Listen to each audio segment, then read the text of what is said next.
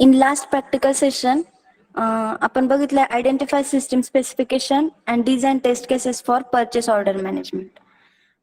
As well as आपण काय बघितलं की basic concept regarding the software testing.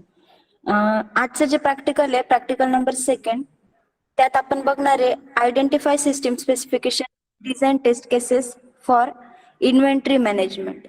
म्हणजे टिपिकल इन्व्हेंटरी मॅनेजमेंट रिलेटेड ज्या टेस्ट केसेस डिझाईन करणार आहे ह्या स्पेशली फॉर इन्व्हेंटरी मॅनेजमेंट आपण करणार आहे. आणि as well as identify the system specification.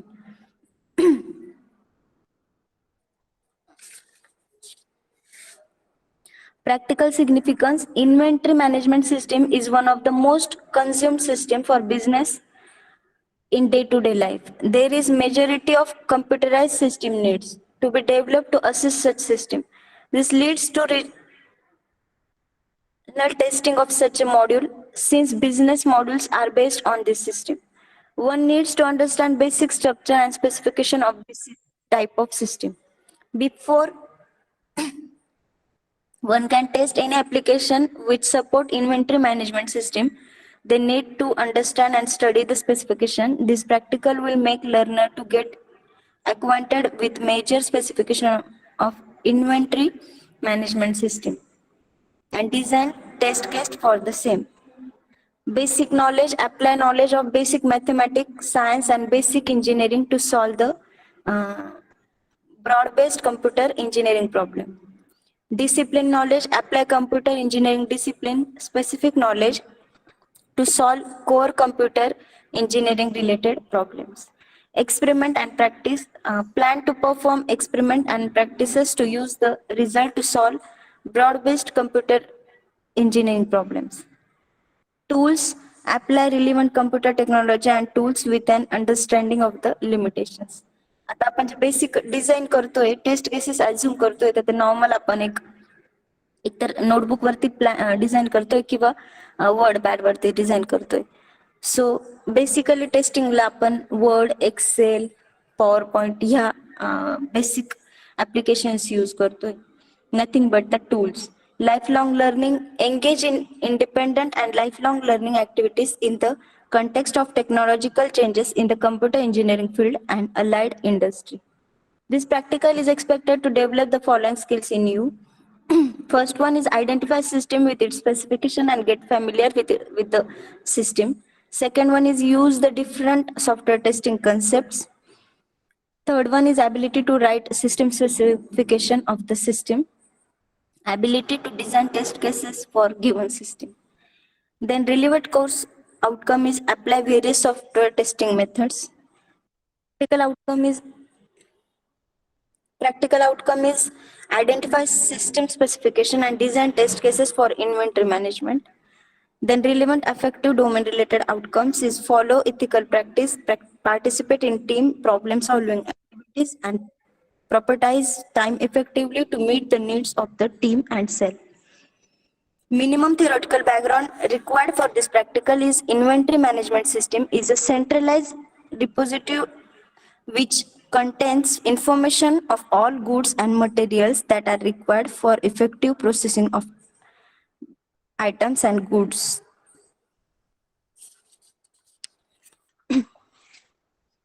Then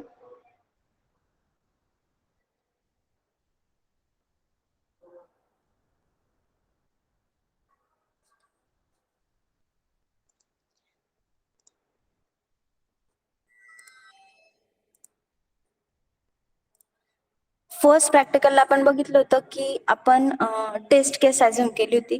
taste case nothing but आपण एरर्स फाइंड आउट करण्यासाठी एक प्रोग्राम घेतला होता बेसिक, आणि त्या प्रोग्राममध्ये विथ एरर प्रोग्राम एक्झिक्यूट केला आणि आफ्टर दॅट त्या एरर्स फाइंड आउट करून सॉल्व करून विदाउट एरर प्रोग्राम एक्झिक्यूट केला होता. सो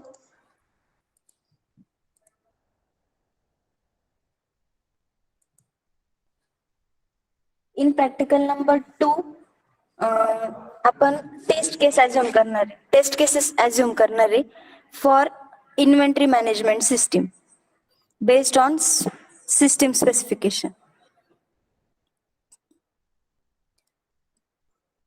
त्यासाठी मी काही टेस्ट केसेस ॲज्युम केले आहे. Near about 13 test cases assume केले आहे फॉर इन्व्हेंटरी मॅनेजमेंट सिस्टीम. तर आपण one by one test cases check करू. फर्स्ट टेस्ट केस ॲज्युम केली आपण. आपण जे टेस्ट केसेसचा चार्ट बनवला आहे, सिरियल नंबर आहे, टेस्ट केस आहे, टेस्ट केस ID आहे, जो ॲज्युम केला आहे आपण TC_1 ह्या नेमने आपण ह्या स्पेसिफिक सिरियल नंबरने आपण टेस्ट केसेसचा ID ॲज्युम केला आहे. Then test case objective. Third column is, first column is serial number, second number one is test case ID, third one is test case objective. Fourth one is precondition. Fifth one is IP data. Next one is expected result आणि post condition. Last one is status. Condition pass झाली तर status pass राहील, condition fail झाली तर status fail राहील. पहिली condition आपण दिली, check the requirement of account number field. It must consist of 10 digits only, no letters or symbols. If it satisfies above two conditions, then next field should be enabled to use. For example, आता आपण एखादं एक्सेलची file open केली आणि एक्सेलच्या फाईलमध्ये एखाद्या कॉलमला जर तुम्ही properties assign केल्या किंवा कॉलमचे जे काय म्हणतो आपण त्याला,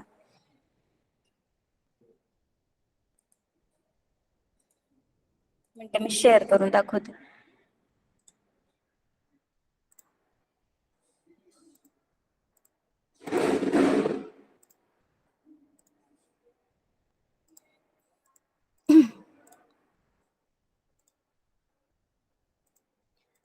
एक्सेलचं शीट मी शेअर केलंय. हा कॉलम आपण सिलेक्ट केलाय, त्याला राईट क्लिक करून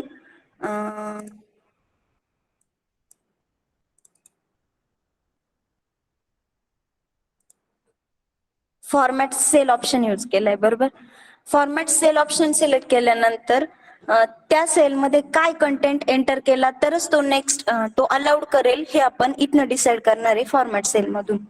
फॉर एक्झाम्पल, आपण इकडे नंबर दिला आणि नंबरला डेसिमल पॉइंट्स 2 अलाउड केले, ओके केलं. तर इथं सपोज मी व्हॅल्यू एंटर केली 125.22 आणि इकडच्या सेलला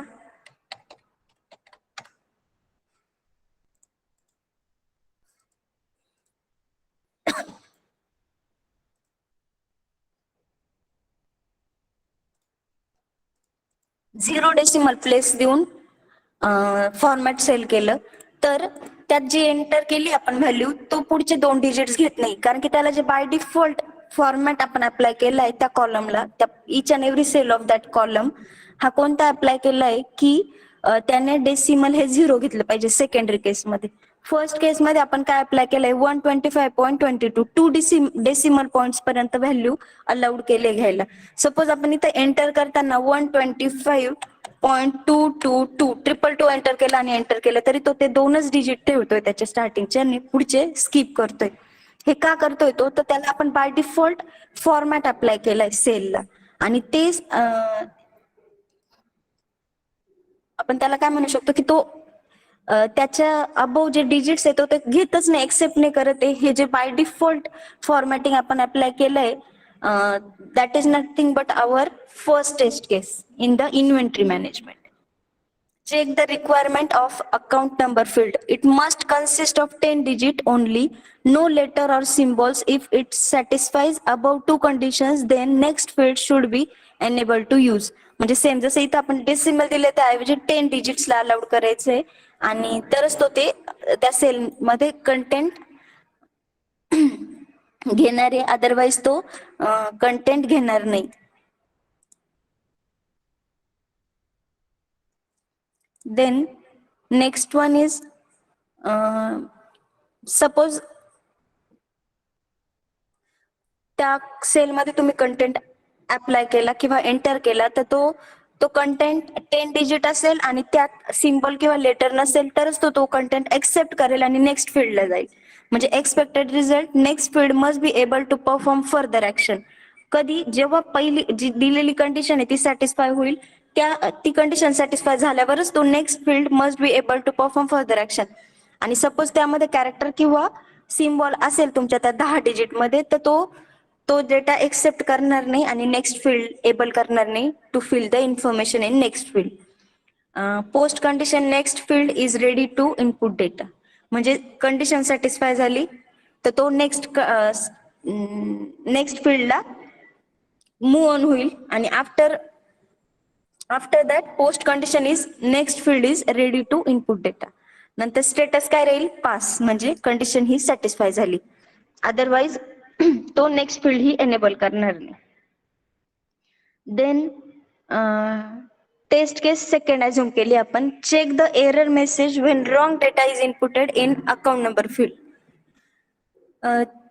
त्या फील्डमध्ये तुम्ही जर रॉंग डेटा म्हणजे for example 10 digit data with symbol आणि कॅरेक्टर त्या फील्डला एंटर केला अकाउंट नंबर फील्डला, तर काय होईल हे टेस्ट केस सेकंड मध्ये चेक केलंय. When any letter or symbol are inputted, then incorrect format error must shown. When any letter or symbols are inputted, then incorrect format error must show. म्हणजे for example 2736@UDC असं जर enter केलं तर incorrect format message must be display. तो message display झाला पाहिजे की incorrect format आहे. आणि तो मेसेज डिस्प्ले झाल्यानंतर ती कंडिशन ही सॅटिस्फाय होते की दिलेली टेस्ट केस ही पास होते.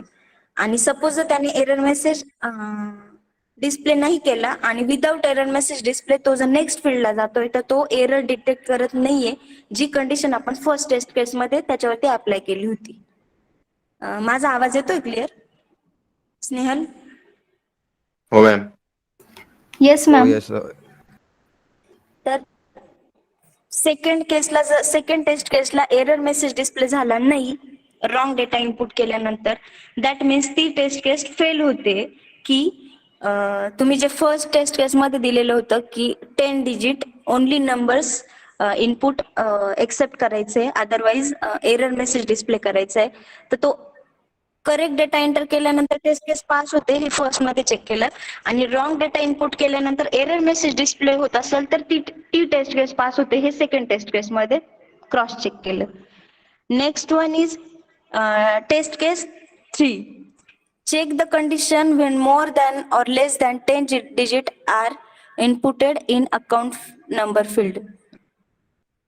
म्हणजे 10 डिजिट हा डेटा 10 डिजिट 10 डिजिटचा डेटा इनपुट घेतोय की नाही अकाउंट नंबर फील्ड मध्ये. 10 डिजिट पेक्षा एक्स्ट्रा डिजिट एंटर केले तर तो एक्सेप्ट करतोय का? एक्सेप्ट केले तर टेस्ट केस फेल होते. 10 पेक्षा लेस डिजिट पण एंटर केले तर टेस्ट केस फेल होते. मग ह्या दोन्ही कंडिशनला त्याने मेसेज द्यायला पाहिजे. लेस दॅन 10 कॅरेक्टर और ग्रेटर दॅन 10 कॅरेक्टर जर इनपुट केले तर त्याने असा मेसेज डिस्प्ले करायला पाहिजे की please input only 10 digit numbers. हा मेसेज जर डिस्प्ले झाला तर ती कंडिशन सॅटिस्फाय होते, म्हणजे पास होईल, अदरवाईज टेस्ट केस फेल होईल. काय test case 3? Check the condition when more than और less than 10 digit are inputted in account number field. When more than और less than 10 digit are inputted, then it should not accept it and must display message box. तर त्याचा message काय display होईल? Please input only 10 digit numbers. Message display झाला तर test case pass होतीये. Message जर fail झाला तर टेस्ट केस ही मेसेज जर डिस्प्ले नाही झाला तर टेस्ट केस ही फेल होते. Then consider the next test case. What is next case? Text case 4. Check whether the account number is not same. म्हणजे युनिक अकाउंट नंबर हा इनपुट झाला पाहिजे. जी एंट्री तुम्ही आता करताय प्रेझेंट मध्ये त्याच्या आधी सेम अकाउंट नंबरची एंट्री त्या फील्ड मध्ये झाली नाही पाहिजे. ही कंडिशन आपण चेक करतोय at the number 4. Test case 4. Check whether the account number is not same. Whenever user enters similar account number, it must give error message and should not accept that number. म्हणजे त्याआधी same account number जर त्या डेटामध्ये डेटाबेसमध्ये add असेल तर त्याने error message display केला पाहिजे का डुप्लिकेट अकाउंट नंबर म्हणजे ऑलरेडी एक्झिस्ट आहे असा अकाउंट नंबर हा मेसेज त्याने डिस्प्ले केला पाहिजे. जर हा मेसेज डिस्प्ले केला दॅट मीन्स की ती टेस्ट केस पास होतीये. अदरवाईज तो डेटा त्याने जर सेम अकाउंट नंबर एक्सेप्ट केला आणि डुप्लिकेट अकाउंट नंबर हा मेसेज डिस्प्ले नाही केला दॅट मीन्स ती टेस्ट केस फेल होते. Then next test case is fifth नंबरची टेस्ट केस अज्युम केली आपण. Check the requirement of account name field. Ma'am हा बोल. हे प्रॅक्टिकल एक्सेल मध्ये करायचं आहे का? हे प्रॅक्टिकल ऍक्च्युली ह्या टेस्ट केसेस अज्युम केले आपण बरोबर. हा आणि ह्या टेस्ट केसेस तुम्ही तुमच्या नोटबुक मध्ये किंवा तुमचे जे पेजेस आहे तुम्ही जे मॅन्युअलला लावणार आहे तिथे राईट डाऊन करायचे. पण मॅम हे टेस्ट केसेस कुठल्या सॉफ्टवेअर मध्ये अजून करतोय आपण? टेस्ट केसेस हे पर्टिक्युलर कोणत्याच सॉफ्टवेअर मध्ये नाही, हे तुम्ही डिफरंट ऍप्लिकेशन्स मध्ये अप्लाय करू शकता. म्हणजे फॉर एक्झाम्पल एक्सेल हे एक ऍप्लिकेशन असू शकतं का जिथे तुम्ही ह्या टेस्ट केसेस अज्युम कराल किंवा त्या इम्प्लिमेंट करायला ट्राय कराल.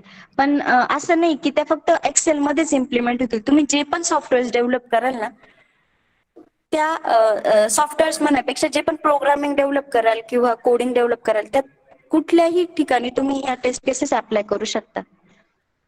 मॅम मग तिला डिजिटच राहतं का अप्लाय करताना?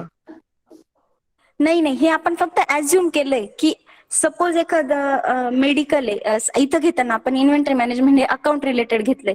सपोज तुम्ही एखादं मेडिकल शॉप आहे किंवा दुसरं एखादं जनरल स्टोअर आहे तर तिथे जी इन्व्हेंटरी मॅनेजमेंट म्हणजे तिथे जे डेटाबेस इनपुट होणार आहे ना त्या डेटाबेसला तर त्या प्रत्येक फील्डला म्हणजे इन शॉर्ट प्रत्येक ठिकाणी बॅक एंडला डेटाबेस असणार आहे, फ्रंट एंडला तुम्ही काहीतरी इनपुट थ्रू म्हणजे काहीतरी सॉफ्टवेअर थ्रूच ते इनपुट देणार आहे बरोबर. आता फॉर एक्झाम्पल आपण इथं एक्सेल कन्सिडर करतोय पण हेच तुम्ही जेव्हा वेगळ्या ऍप्लिकेशन्स मध्ये अप्लाय कराल ना तेव्हा त्याच्या फील्ड्स राहतील वेगळ्या वेगळ्या.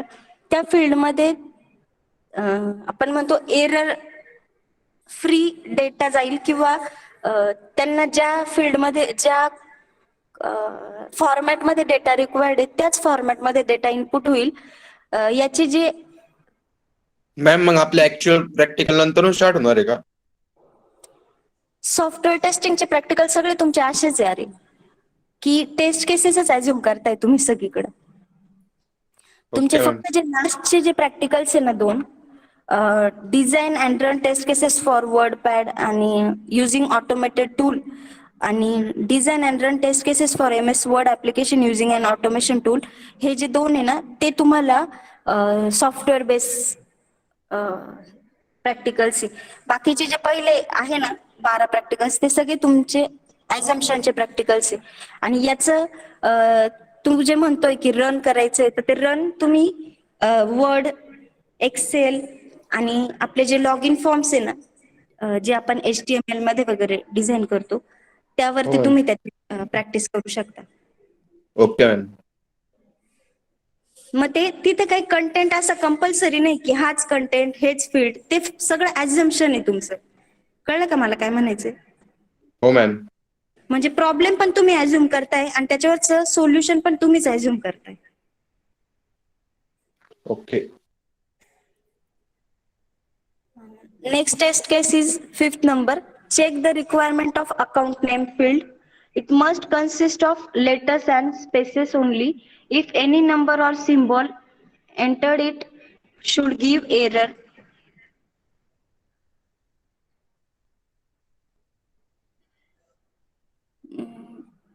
Check the requirement of account name field.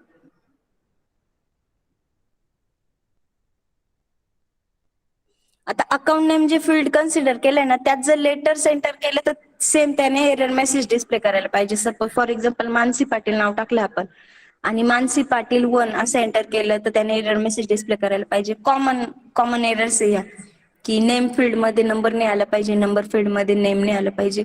तर ते नेम आलं म्हणजे तिथं जर डेटा एंटर झाला रॉंग तर त्याने मेसेज डिस्प्ले करणं एक्सपेक्टेड आहे आपल्याला. कोणता की डेटा एक्सेप्टेड आणि next field is able to input. आणि जर सपोज रॉंग डेटा एंटर असेल तर must enter data in letter format असं मेसेज त्याने डिस्प्ले करायला पाहिजे. जर मेसेज डिस्प्ले झाला रॉंग डेटा एंटर करून तर टेस्ट केस पास होते, आणि नाही झाला मेसेज डिस्प्ले तर दॅट मीन्स की ती जी टेस्ट केस आहे ती फेल होते. ओके. 6 नंबरची टेस्ट केस आहे check the requirements of phone number field.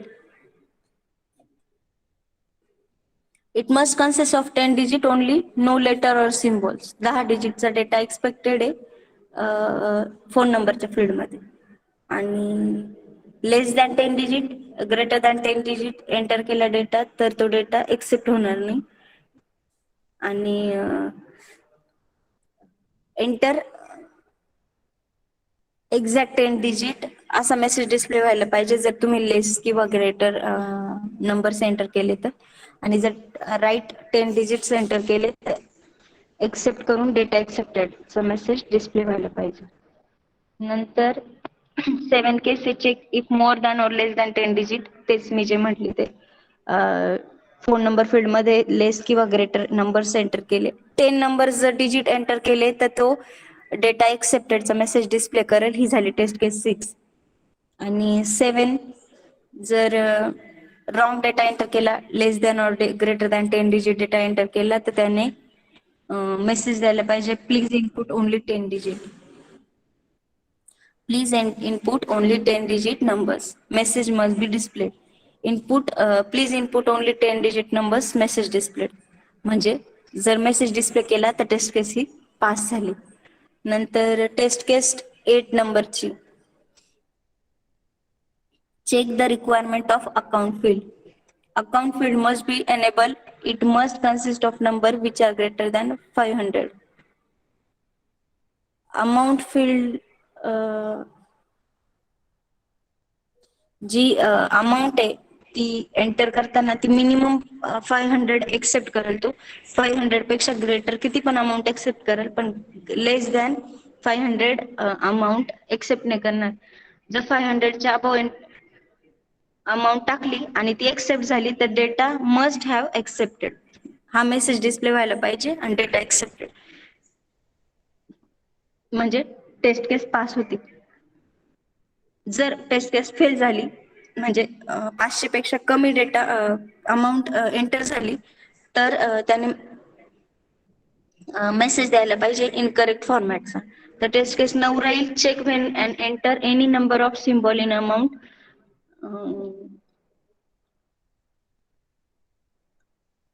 तर त्याने त्या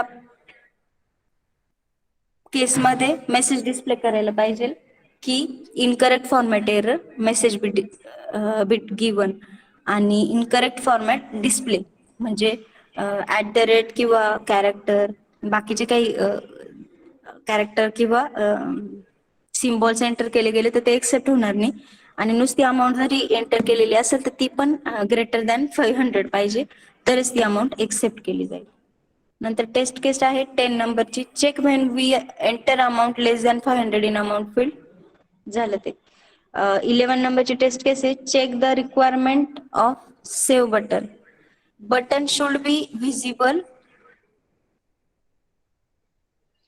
and clickable only after all field are filled without exception.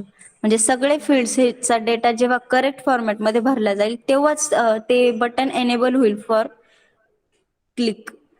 आणि जर डेटा हा एक्सपेक्टेड फॉर्मॅटमध्ये एंटर नसेल तर